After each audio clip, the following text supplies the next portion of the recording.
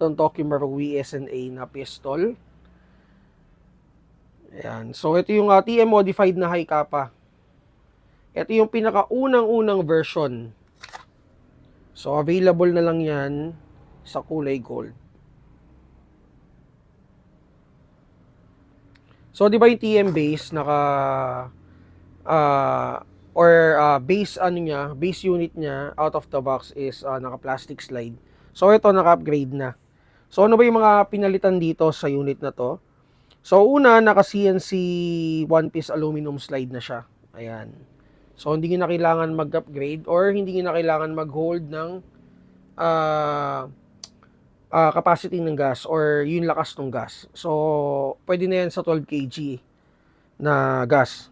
Okay, so naka-fluted twisted guide plug na rin siya. Naka-CNC lightweight spring guide. Naka-CNC fixed fluted na twisted outer barrel. Ayan guys. Then may thread na rin siya for accessory attachment. So naka-tactical trigger na rin siya. And this unit is built for competition or practical shooting. So kung nagpo-practical shooting kayo, you might want to consider this pistol.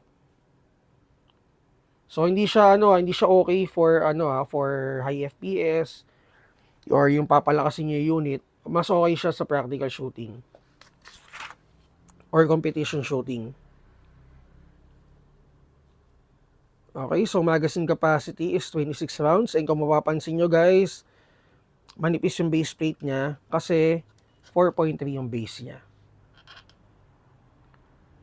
Okay, so original price is 19,600. Naka-sale siya, less 2K. And guys, pwede kayo mag-compute. Mas makakamura talaga kayo kung bibili kayo ng naka-upgrade na out of the box.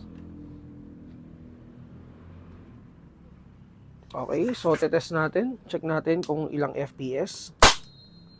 338. Hindi ko alam kung naririnig nyo, pero guys, sobrang ganda ng tunog niya.